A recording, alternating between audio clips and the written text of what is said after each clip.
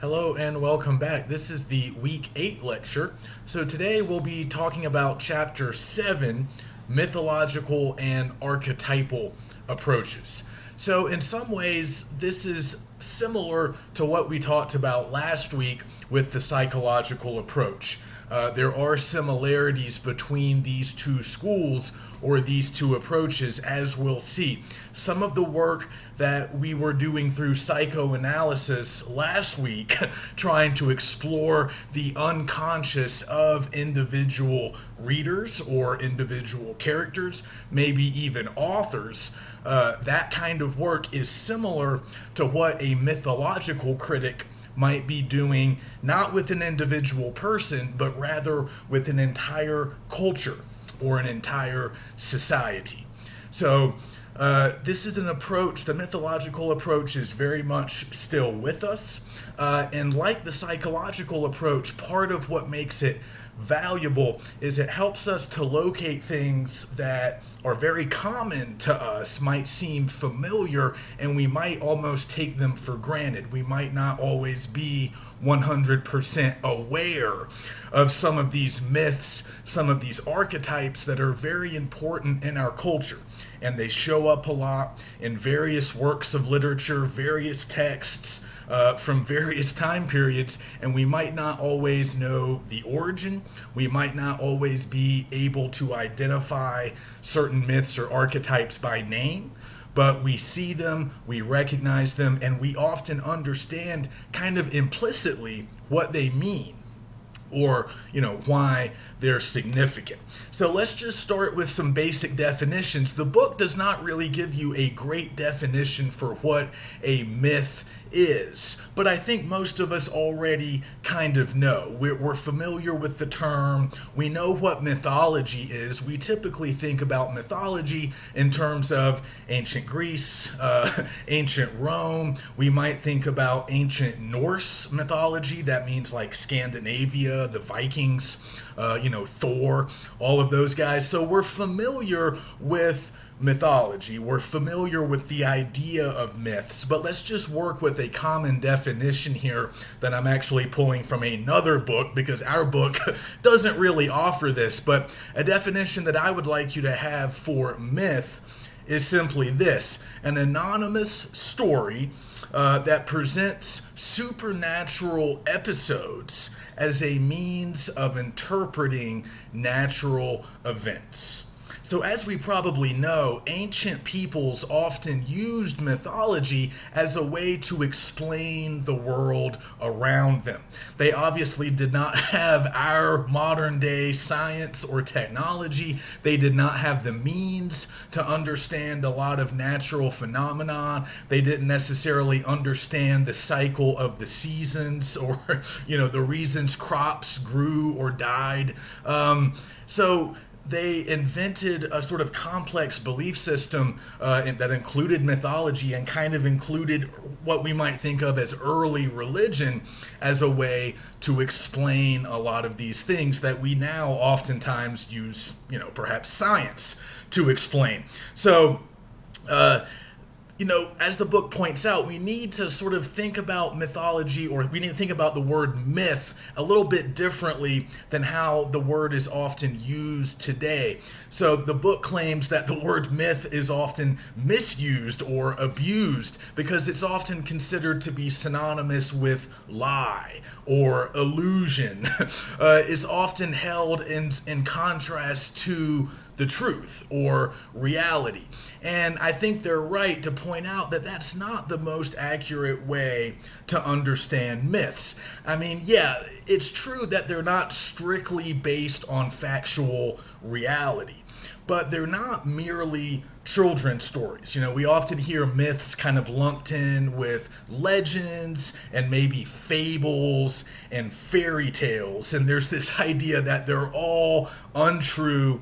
They're all perhaps designed for children, or they're designed to kind of teach simple lessons perhaps, but they're often held separate from reality or realism or sort of everyday, observable truth. And again, we can understand why, because myth is not the same as history. It's not the same as objective reality. But as they point out in the chapter, oftentimes myth is designed to try to capture something profound, something that is true, some kind of universal truth.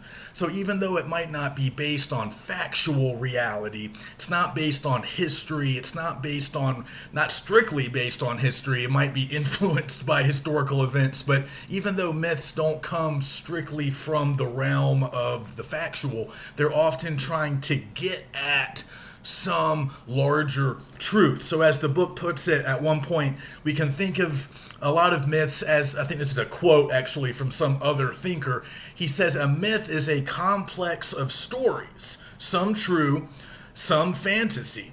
And humans regard these sort of groups of stories as in some way demonstrating inner meanings or larger truths about the universe or about human life. So that's the thing to remember about myths. Even though they might often be founded in fantasy, they are trying to express universal truths about humans. And we see a lot of these we see a lot of this throughout the mythology of many different cultures throughout the world. So there's this real impulse that we certainly know ancient peoples had to try to explain things that went maybe beyond everyday reality. They were trying to get at significance or meaning that sort of went beyond just the factual, just the observable, just the everyday reality of things.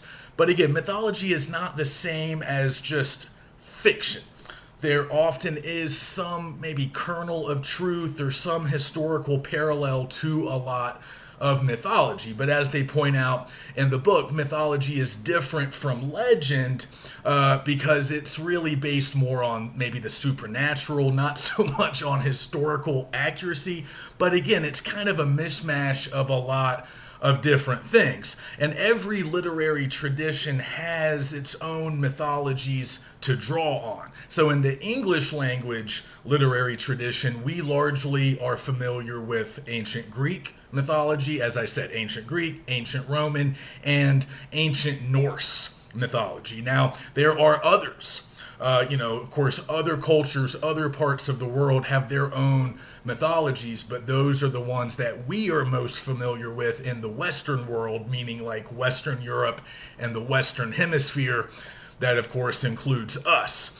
But again, we can look at mythology from anywhere in the world, from any culture, any country, any part of the globe, and we're going to notice similarities. And that's a really important thing that they're trying to drive home in chapter 7, is that really all mythologies share certain character types, certain motifs or like recurring patterns, and certain themes. So we can really track these features throughout all of these different mythologies of the world. And like I was saying, really all mythology is striving to do a lot of the same kind of work. It's trying to explain things. It's trying to explain creation, the creation of the universe. It's trying to explain divinity or, like early attempts at religion. It's trying to probe the meaning of existence, the meaning of death, and to account for natural phenomenon, natural events, maybe natural disasters in some cases. So we can understand why ancient peoples felt the need, and not just some ancient peoples, virtually all ancient peoples throughout the world had similar needs, and mythology did similar work for all of these peoples.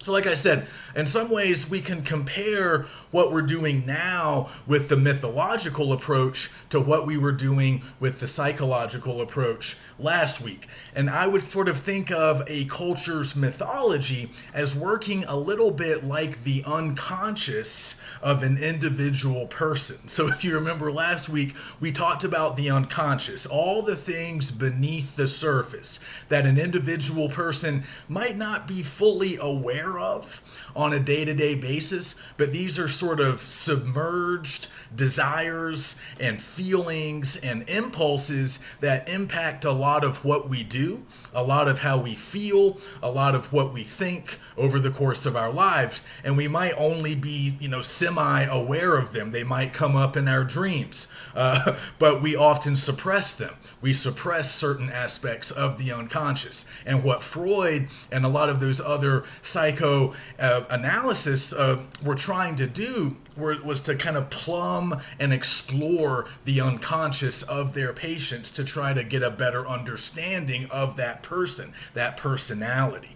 So that's kind of what we're doing now. The mythology of a culture often does operate beneath the surface. As I'm going to point out more in a few minutes, we're not always 100% aware of all the different myths that we're looking at or hearing or absorbing because they're old and they've been around for a super long time and they've been repackaged in a lot of ways. So a lot of these myths affect what we think. They might affect certain cultural beliefs. They might affect the way that we read certain texts, but we're not always 100% aware of them. They're sort of operating like our unconscious. We've absorbed them. We know them. We know myths to a certain extent, but we're not always completely aware of them, and we might not always be thinking about them a lot, but they are still influential to the larger culture, not just to an individual person,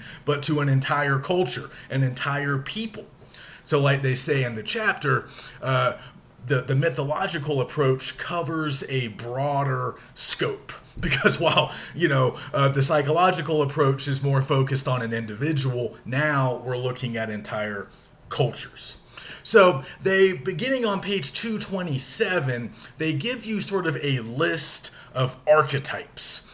This is an important section to maybe dog ear or just stick a bookmark in there so you can look at some of these later and perhaps use some of them later. So another quick definition to jot down. The book might give us this, but I found this definition elsewhere. I like it. An archetype is simply an image or a symbol which recurs often enough in literature to be considered a key component of a particular culture or a particular people. So again, beginning on page 227, they give you a pretty handy list, beginning with archetypal images that, again, appear in the mythologies and cultures of all kinds of different people throughout the world. We can track these images in all kinds of different places at different times. So things like the water, the sun, certain colors, certain shapes, certain numbers. Then they move on to archetypal characters.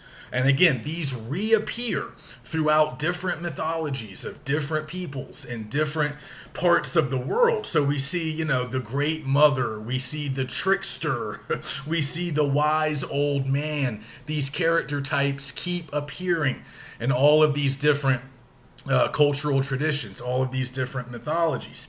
And then I think the most interesting part is when they get into the motifs or the recurring patterns. And a lot of these are almost like sort of plots or like basic story frameworks that we are very familiar with if we have ever watched movies, watched TV, or read any books in the Western literary tradition. So a couple of the motifs that they mention are things like the creation story, the hero's quest is another, and I just want to take a moment for the hero's quest because we can all relate to this particular motif. So again, a motif is just like a recurring pattern or a feature, a device that shows up in a lot of different texts. So these are motifs that show up in a lot of different mythologies. And the hero's quest is perhaps one of the most famous of all the motifs. This other writer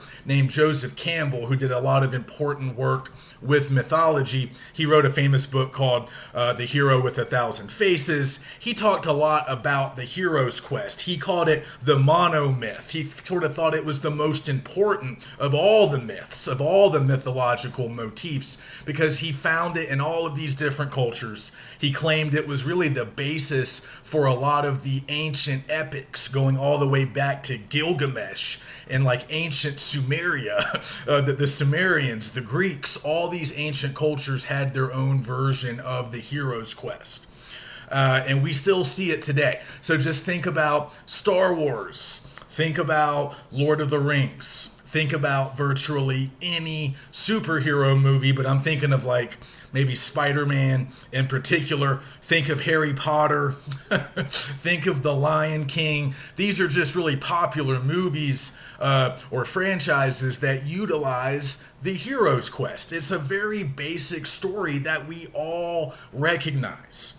So we have our hero going on a journey that's filled with all kinds of adventures and obstacles and challenges that the hero must overcome, and then ultimately the hero is victorious and he's able to save his people or this kingdom or the larger group that he represents. So the way Campbell read it, he basically broke it down to a really simple 3-part structure.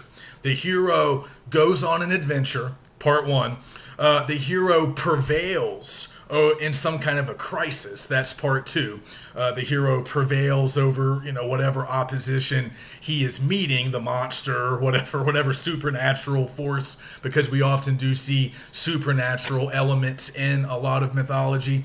So the hero triumphs over these obstacles, and then the third and final part is the hero returns home, but changed. And that's kind of important for Campbell. The idea is that in the course of emerging victorious through these obstacles, through these hardships, the hero becomes altered in some ways. The hero is less innocent, less naive, perhaps a little bit jaded in some ways, kind of world weary, sort of battle scarred, maybe physically altered in some way, but they are wiser. They are more experienced, and they come home often to assume a leadership role in their local community, or perhaps they are simply a source of wisdom and sort of a pillar or, sort of a bedrock of the community. So, again, we see this all the time.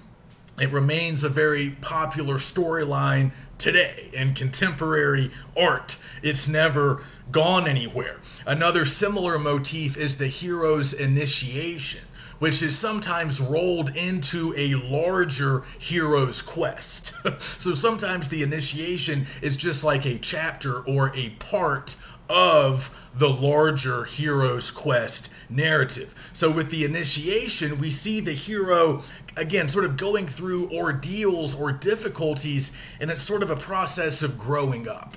We see the hero transitioning often from sort of youth and innocence and inexperience, and we see them transitioning into something approaching sort of social adulthood, if you will, social and spiritual adulthood. So that's why I think about Spider-Man, like sort of growing up, learning how to harness his powers.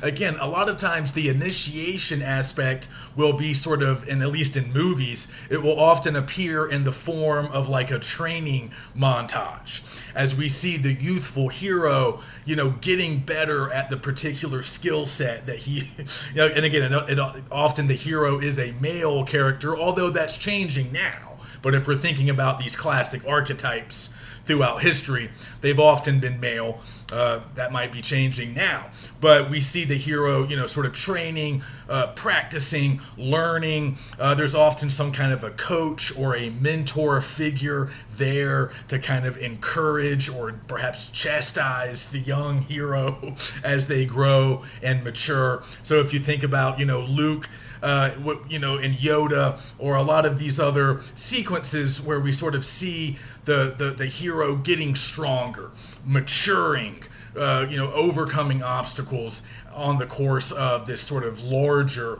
sort of a small part of this larger journey. But the hero's initiation is another motif that we can track, throughout time, throughout different cultures.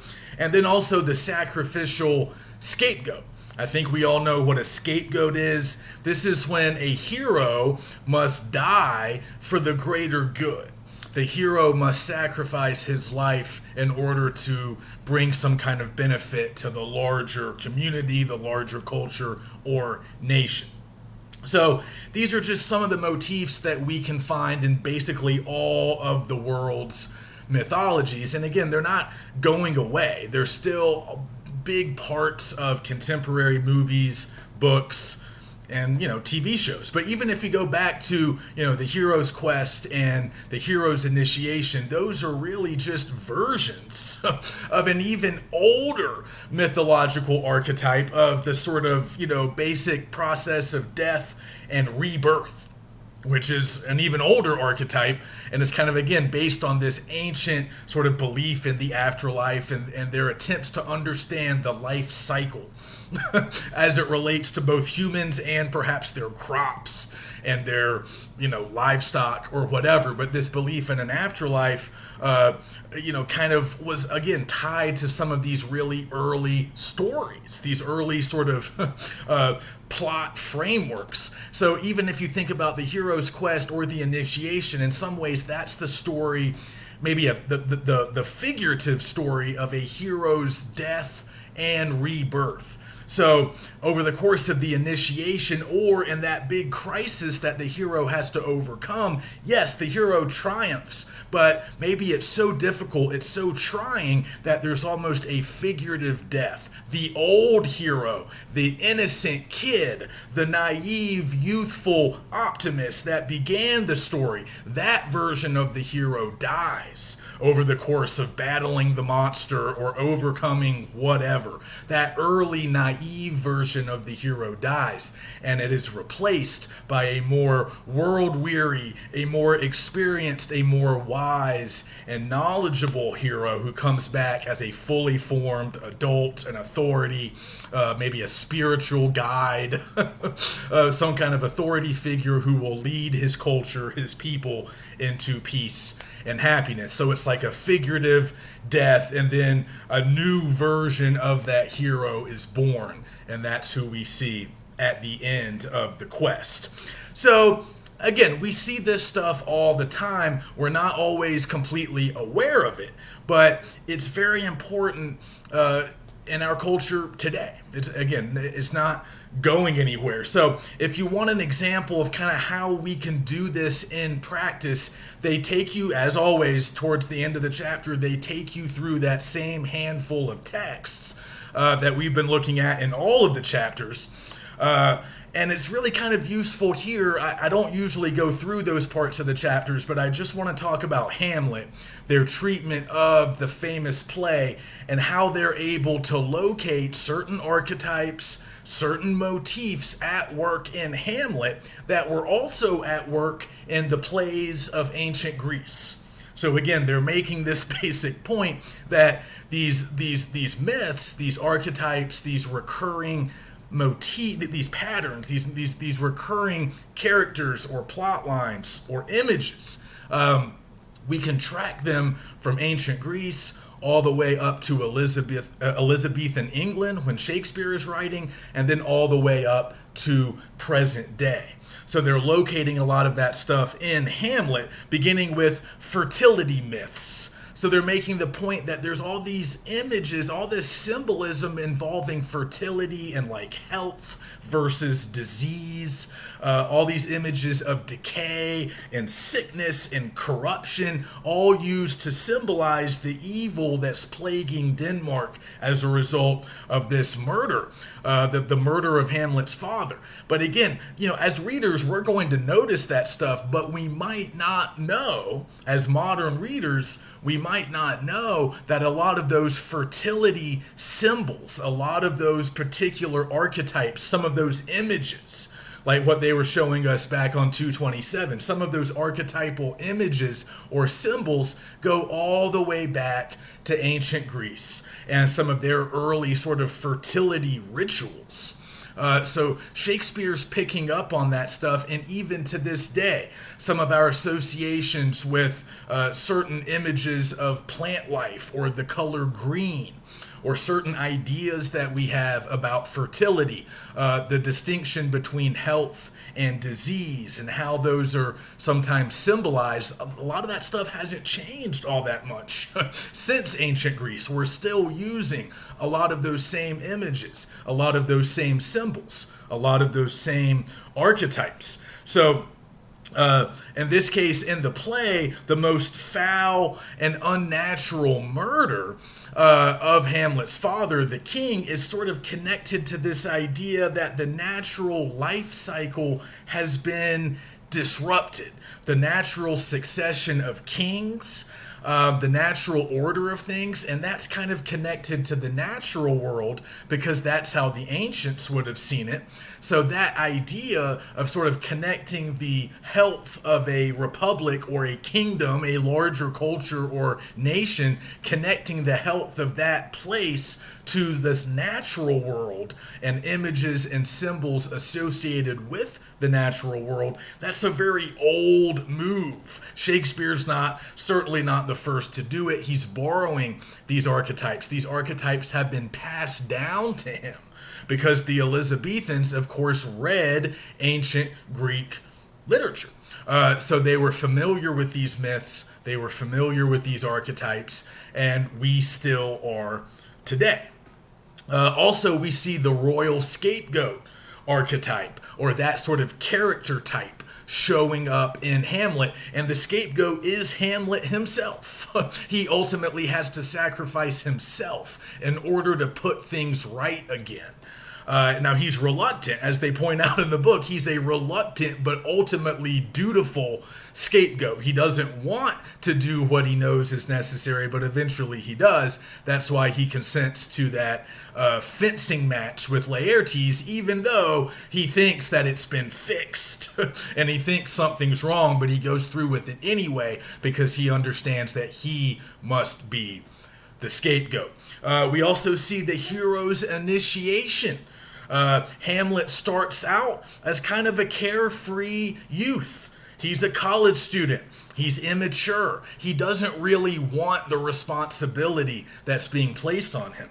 But over the course of the play, he grows up, he matures, he becomes a little bit wiser, he is able to overcome certain obstacles, and we see him grow. We see him sort of come of age. And again, this is kind of a common thing that we're used to seeing in a lot of movies and a lot of books. So, and just to kind of wrap up, they also mentioned the archetypal imagery in terms of how it conveys genre and the seasons. So I won't go back through all of that, but they just point out that, again, Hamlet is borrowing old archetypes. So the play is very dark, it's sort of autumnal, so fall equals tragedy, right? Tragedy is the genre of the fall season. So this is, of course, a tragedy, and appropriately enough, the play is very dark. Hamlet is wearing black, which is the archetypal color of melancholy. So all this stuff is just, it's around. It gets passed down from generation to generation. And even though we're modern people and we might not be super familiar with all of this ancient Greek stuff, or we might not even be that familiar with Shakespeare, we still understand the colors. We still understand the scapegoat. We still understand images of fertility and like corruption and disease. We get all of that, because those archetypes, those motifs, they're still very much a part of our modern day culture and our modern day art. So just to wrap up, they mentioned in the chapter that the mythological approach, or sort of critical school, really gained popularity and visibility as a result of a few particular developments that mostly started kind of at the end of the 19th century and then kind of spilled over into the early 20th century. So the first one was the development of anthropology. Anthropology is just the study of human cultures. So you can see how we're kind of in anthropological terrain here as we explore mythologies, these particular archetypes that we can locate in particular cultures, in particular literary traditions. So this is largely anthropological, just like what we were doing last week, obviously borrowed very heavily from psychology. The second process they point out is sort of the Jungian approach. So you don't have to worry too much about Carl Jung. This is another important psychoanalyst, kind of similar to Freud, a psychiatrist who did some really important work, and he has been influential to a lot of literary scholars and critics. But we don't need to get too deep into all the stuff on him. But you can look over on page 240. You might want to get familiar with the three terms most often associated with Jung, and that's shadow, persona, and anima. You can look over on page 240. They define those terms for you. You might want to be familiar with those. Those are very important archetypes to him.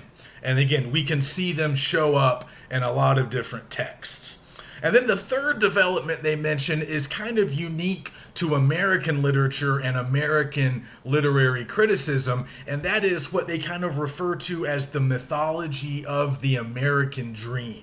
And I find this very interesting because I think they're unintentionally reinforcing one of their earlier points here. So if you look later in the chapter, they talk about Huck Finn. And they talk about how Huck Finn kind of expresses this idea, this particular aspect of American dream mythology, which they basically refer to as the myth of Eden, or like America as Eden, the Garden of Eden. And yeah, a lot of American lit taps into that. This is sort of a belief. It's largely it's not really an accurate belief because it's founded on this idea that America was kind of a blank slate. It was this natural, beautiful paradise, largely uninhabited, which is of course not true. And it was, beautiful, I guess, but certainly inhabited. But this is part of kind of American exceptionalism. It kind of gets wrapped up with our history, as mythology often does, even though they are two separate things.